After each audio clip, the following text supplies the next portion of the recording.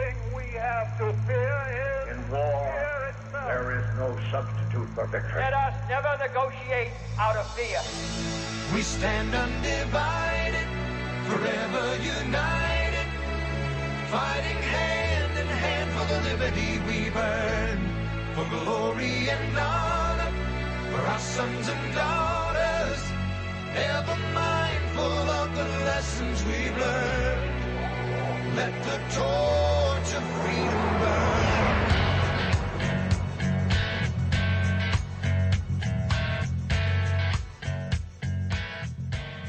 President Thomas Jefferson said, "I know no safe depository of the ultimate powers of the society, but the people themselves. And if we think them not enlightened enough to exercise their control with a wholesome discretion, the remedy is not to take it from them, but to inform their discretion by education. This is the true corrective of abuses of constitutional power." Welcome to WallBuilders Live. It is Foundations of Freedom Thursday. I'm Rick Green here with David Barton. This is one of our favorite. Every day is our favorite show, David. That just doesn't do any good to say one's our favorite. But we really like Foundations of Freedom Thursday because we get to dive specifically into constitutional issues and founding principles and what it's going to take to bring the nation back. So we always enjoy talking about these topics. We do, and we know that this is a really popular day for listeners because we get tons of questions. And also, when you just check, we've got downloads off podcasts and everything else. And I mean, the downloads, we are blessed to have hundreds of thousands of downloads a month of the program, in addition to 200 stations that carry it. So this is a really popular thing with folks as well. And I really like it because we get asked some really good questions by folks that causes us to have to go back in and dig and remember. And it's a good research opportunity for us. But it's a great application opportunity because we get to deal with issues that are going on right now based on original intent that was given 200 years ago, and that's fun. Well, it's just great that people are thinking about these things. I mean, just the fact that they're asking these kind of questions means that folks are concerned about where we are, but that they don't want to just start from scratch. They want to go back to that history and find out what got us here in the first place. So we got lots of great questions that have been sent in. Let's just dive into some of those. This one's from Richard in Mississippi. And he said, the idea of term limits for Congress has become a popular topic. I noticed the other day that Article 5 of the Articles of Confederation contained term limits, but the idea did not make it into the Constitution. Would you please explain why? So, David, first describe for us a little bit of Articles of Confederation that predated the Constitution. Articles of Confederation is the national government that we had before the Constitution. Back when Congress first got together in the Provincial Congress, 1774, that's when you had that first prayer in Congress and that famous painting. And we've got a picture of that original famous painting on our website. We've got documents of founding fathers who talked about what happened in that first prayer. Then you have the First Continental Congress, 1775, and then 1776, the Second Continental Congress, where they signed the Declaration of Independence. And so the Continental Congress runs really from about 1775 to about 1789. It's the Congress that we had all the way up until the Constitution. That Congress was all of the states coming together, and at that point, we were not a nation. We were much like the European Common Union, where that you have you have Poland, you have France, and you have Spain and Portugal. All these nations are working together on the continent, but they're all separate and independent. So what we had was a government that was loosely knit of these 13 colonies working together. They had common objectives, common goals, but they did not want to be bound by other nations. And that's why we saw when there was an attempt 2 or 3 years ago to have a European constitution. It was struck down because you had Poland said, we're not going to have a constitution if it doesn't mention God in it somewhere. And France said, if it does mention God, we're not going to be part of that. And so over the issue of God in the Constitution, you were unable to get a constitution in Europe. They wanted to have a European constitution. Well, you had some of those kind of issues, not God issues, but some issues that states were just not willing to move on. We're not going to have a centralized government tell us in the states what to do. We've just gotten rid of a king. We're in the process of trying to get rid of a king, and we're not going to have centralized government tell us what to do. So what you have is in 1777, after they signed the Declaration in 1777, they came up with a plan of government that the states all agreed to. And in that plan of government, each state got one vote. So it didn't matter that New York had so many more people than South Carolina. Each state got one vote. And that way, the southern states particularly felt like they weren't getting run over by the populous states. It also took 2/3 to pass something. That way, you couldn't have all the New England states to get together and said, well, we're going to show all the middle colonies what we think. You had to have a 2/3 vote. So that was a very limiting government. But from 1777, literally until the adoption of the Constitution, that's the way we operated. Now, the Articles of Confederation were not signed until 1781. They made some revisions along the way. But even though they governed themselves under those articles for 4 years, they did not officially go into effect until 1781, but that was the way they operated. But as you got through the end of the Revolution, by the time you got to the end of the Revolution, it was becoming clear to a number of members of the Continental Congress, particularly James Manning and John Witherspoon and others, that this is a really lousy form of government. We thought this was going to be really good. It has not worked well. We're really, really, really weak in too many areas. It turned out that each state was to contribute its own part toward the Revolution. That didn't happen very often, and so states like Connecticut with Governor John Trumbull stepped up and carried so much more weight than they were supposed to have proportionally in their states. But there was just no way of forcing people to do what they should have done. And so it was really kind of like socialism in some ways. You had a real difficulty getting the southern states to contribute soldiers to the Revolution, because southern states said, well, if we send our guys off fighting the Revolution, there won't be anybody to guard the slaves, and all the slaves will lead, and when we come home, we want to have slaves, so we're not going to send soldiers to the Revolution. So it really lacked an enforcement mechanism. They didn't have a way to pay for it. Each state's to contribute its fair share, but there was real debate over what's fair share, and there wasn't a way to get money out of the states. So you end the Revolution with a fairly sizable debt. We owed a number of nations money. And so the guys saw that there has to be some more centralization than what there is. We don't want pure centralization. We definitely don't want that. But we got to have more. We got to have a stronger central government. We just have to limit it to only certain things. And that's what led to the call, the result in the Constitutional Convention. They had the Annapolis Convention first, which kind of laid the groundwork. Then Mount Vernon Convention, the Annapolis Convention, then the convention at Philadelphia that produced the Constitution. But all that to say, we governed ourselves really from 75 until about 1789. There were about 14 years under the Continental Congress, under the Articles of Confederation. So that was our national form of government before we had the Constitution. All right, so that sets it up. Our person that's in the question was looking at those articles that governed us for a few years there, and noticed that it had term limits that our current Constitution does not. A huge debate in our country today. We're going to take a quick break. We'll come back and talk about this, what the founders thought about it, and whether or not it ought to be something that we embrace today in our American culture. Stay with us. Right back on WallBuilders Live. John Adams said, "Our Constitution was made only for a moral and religious people. It is wholly inadequate to the government of any other."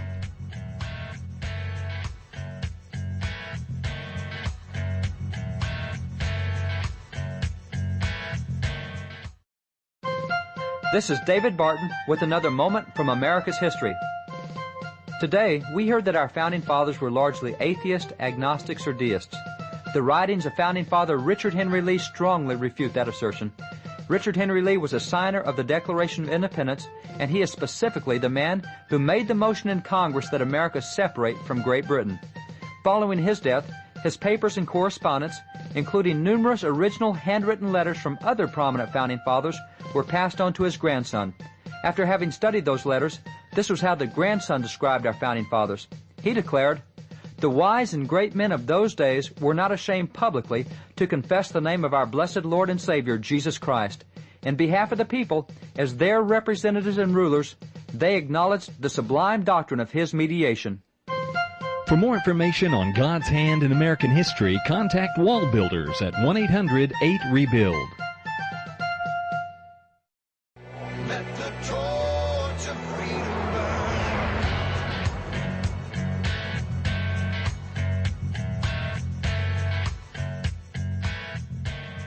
Calvin Coolidge said, "The more I study the Constitution, the more I realize that no other document devised by the hand of man has brought so much progress and happiness to humanity. To live under the American Constitution is the greatest political privilege that was ever accorded to the human race." I just love that quote, and I love the way that little one reads it. We have all those great quotes, but that's probably my favorite one. That's just darling. And it's so true. It is a great privilege for us to live under that Constitution. And here we are on Foundations of Freedom Thursday to talk about how to make sure we can have a good constitutional republic. And David, the question today is term limits, and how did the founders view that? Obviously, they made a change because they had it in the Articles of Confederation. and did not put it into the Constitution. So we've arrived at the Constitutional Convention. We've looked at the Articles of Confederation, what they did, what they didn't do well, and now we're looking for a different thing that strengthens that. So let me just go through the Articles for a moment, because this is what Richard was talking about. Here's a clause from the Articles of Confederation. It says, quote, "No person shall be capable of being a delegate for more than 3 years in any term of 6 years." And back then, Continental Congress, your term as a congressman was 1 year. So you had an annual term when you're up and someone else comes in to replace you, and you can serve for 3 out of 6 years. So that's term limits.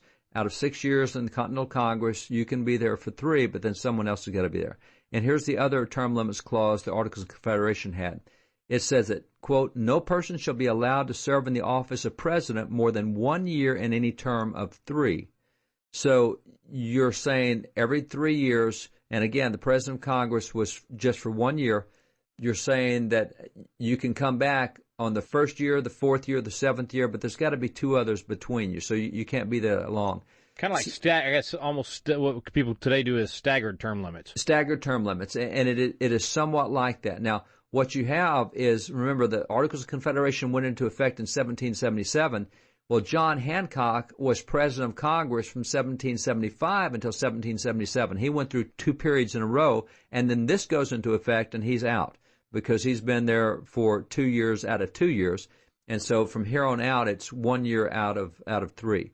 So those are the 2 clauses that have term limits. They have term limits on the President of Congress, and we had, I think, 14 different Presidents of Congress. This is essentially the early form of a President of the United States.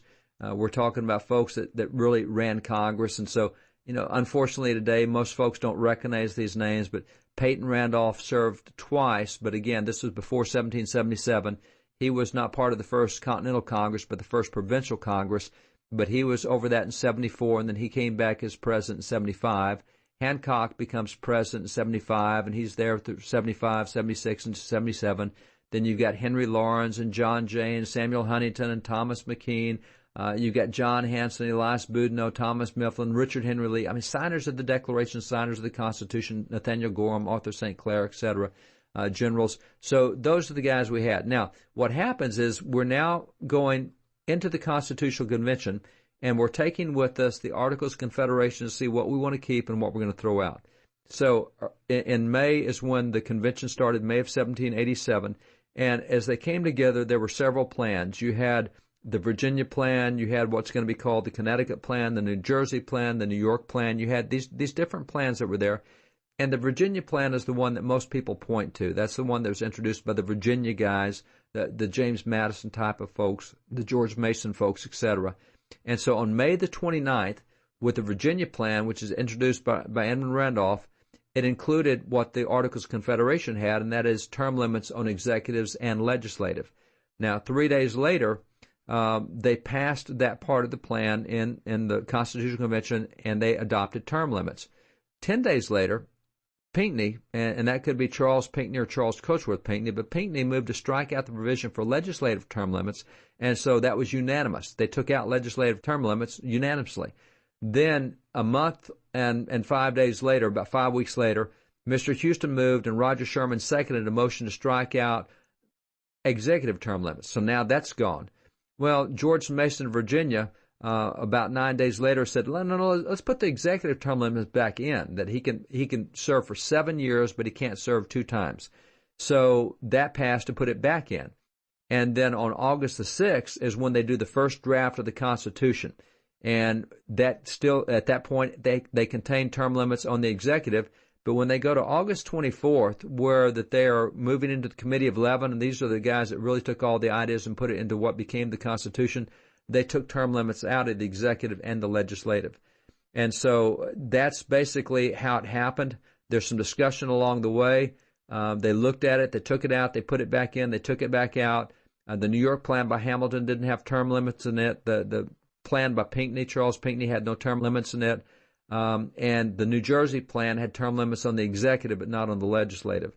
So that's pretty much how we got to the point of even having discussion over term limits, but they took it out of the Articles of Confederation when they got to the Constitution. So they sounds like they kind of bounced back and forth on it a little bit like we do today, I guess. I used to be very much against it. Now I think we need it in some areas. Maybe they didn't have enough experience with politicians of the day that become a little bit self-centered and not so much sacrificial in serving others. What do you think? Well, interestingly enough, their discussions over it they ebb back and forth. Really? And there's two sides on this, and the two sides that are put out are the same arguments we hear today on both sides of this thing. No kidding. So you're telling me Solomon was right? Solomon was right. Nothing new under the sun. Nothing so they new under the actually sun. did have enough familiarity with that kind of stuff, and unfortunately for me, they still chose against it. We got to take a quick break. We'll come back talking more about term limits and the Founding Fathers' views on this, the debates at the Constitutional Convention, the reasons for not putting it in the Constitution even though they had it in the Articles of Confederation. Stay with us here on WallBuilders Live. Thomas Jefferson said, "In questions of power, then let no more be heard of confidence in man, but bind him down for mischief by the chains of the Constitution."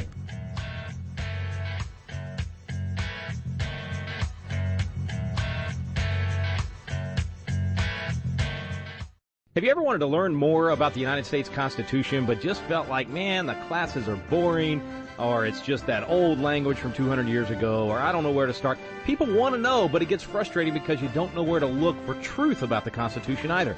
Well, we've got a special program for you available now called Constitution Alive with David Barton and Rick Green, and it's actually a teaching done on the Constitution at Independence Hall in the very room where the Constitution was framed. We take you both to Philadelphia, the Cradle of Liberty in Independence Hall, and to the WallBuilders Library, where David Barton brings the history to life to teach the original intent of our Founding Fathers. We call it the Quick Start Guide to the Constitution because in just a few hours through these videos, you will learn the Citizen's Guide to America's Constitution. You'll learn what you need to do to help save our constitutional republic. It's fun, it's entertaining, and it's going to inspire you to do your part to preserve freedom for future generations. It's called Constitution Alive with David Barton and Rick Green. You can find out more information on our website now at wallbuilders.com. Let the torch of freedom burn.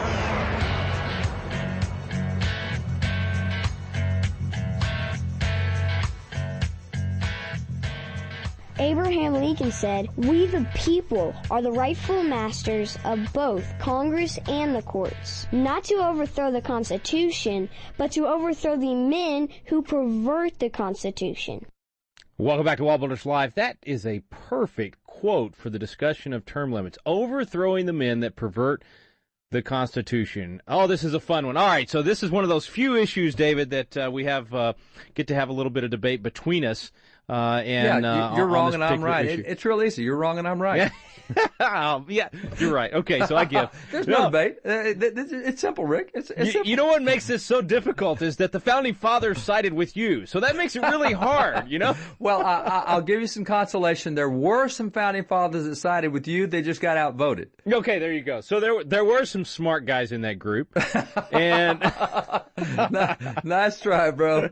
All right, you know how much I respect them. So that's why I actually get kind of quiet because I want to learn more about why they decided against it. If they were, like we said in the last segment, if they were already aware of the nature of man and the different kind of politician that would take advantage of no term limits, and yet they still decided against it. So tell us a little bit more about the debates and how they arrived at their conclusion. Yeah, the debates are interesting. As you saw in the final result, they did take them out. So the founders who were against term limits were more than the founders who were for it, but the arguments articulated by both sides are what we hear today.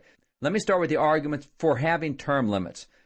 This is the side that lost, but here's arguments. And by the way, this was a debate among Founding Fathers, not just in the convention, but out of the convention, because as you go to have this thing ratified, the people are discussing whether they want term limits or not. So it's not only what went on in the convention, it's now what's going on in all the ratification conventions as well as the editorials in the newspaper coming down on one side or the other of this thing. So let me start with Thomas Jefferson. Thomas Jefferson, here's his opinion on it. He's now seen the Constitution. Remember, he was out of the country when the Constitution was written, but he's now weighing in on it. He was in France doing congressional work there. And he said, the second feature of the Constitution I dislike and strongly dislike is the abandonment in every instance of the principle of rotation in office. Now, rotation in office is what they call term limits, rotating you out of office after a certain period of time. He said, this is a feature I strongly dislike, is the abandonment in every instance of the principle of rotation in office, and most particularly in the case of the president. Reason and experience tell us that the first magistrate will always be reelected if he may be reelected. He's an officer for life. So that was what they feared, is that when you get in there, you'll be there forever. And that was the way FDR was. Every president other than FDR took themselves out after 2 terms, self-imposed term limits. That's what Washington did. He set the example.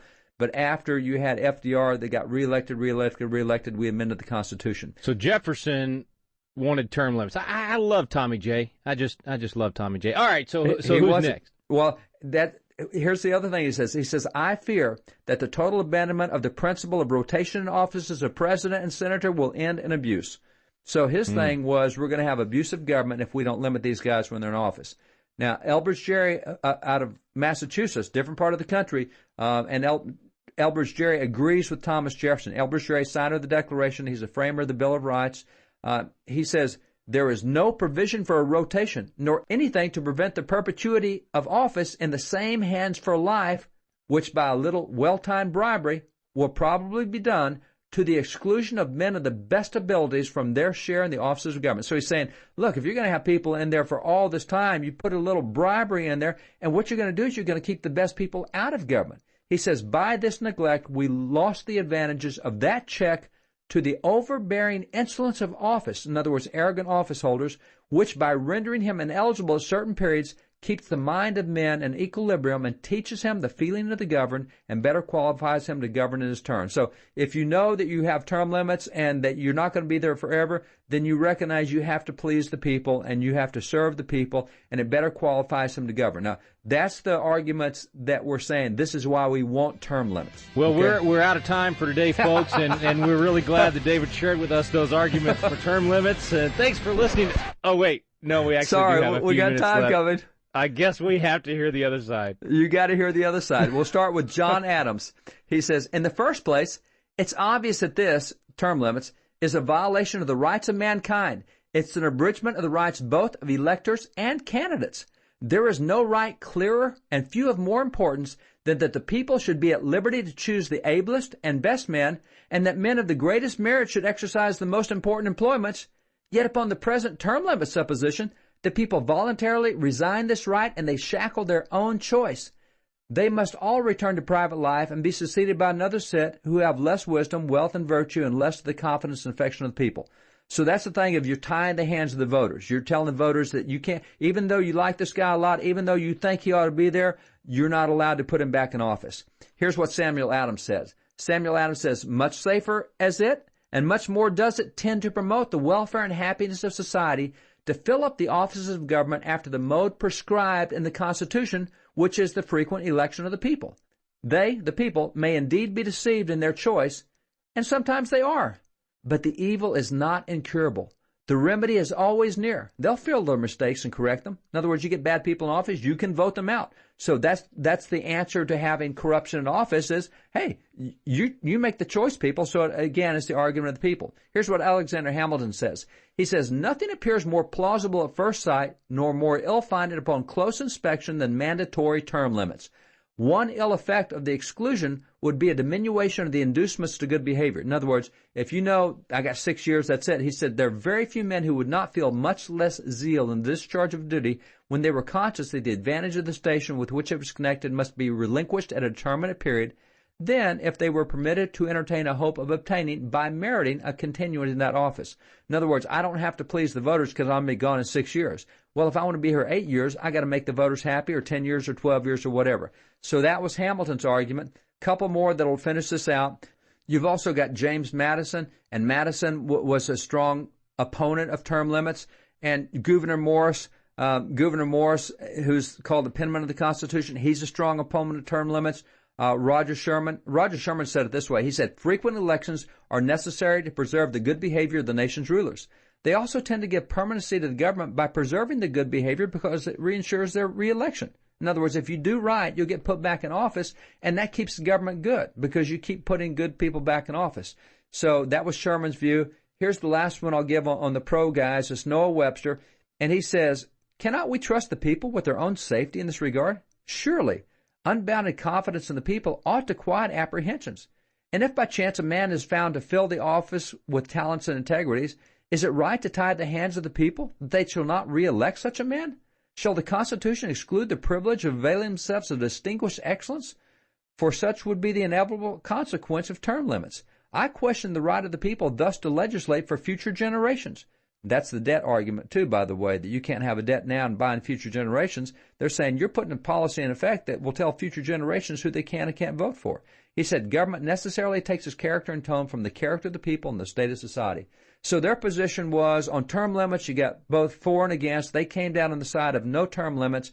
The key to this is having intelligent voters. And we've got voters now that are not nearly as aware of what goes on in Congress. You remember we've had the story before of how that even a farmer schooled Congressman Davy Crockett. And so when you have intelligent, informed voters, they felt they didn't need term limits because intelligent, informed voters put the right people back in office. Well, my kids are going to love today's program because every year at Patriot Academy, they go against me on term limits, and they just say, wait till David Barton gets here because he's going to set you straight, Dad. There we were. You don't have any clue how much time I spent with your kids to get them to turn against you on this. Well, it's a great issue and a great discussion. I love getting Founding Fathers' perspective on it. Folks, you've been listening to Foundations of Freedom Thursday here on WallBuilders Live. George Washington. The Constitution approaches nearer to perfection than any other government hitherto instituted among men. We stand undivided.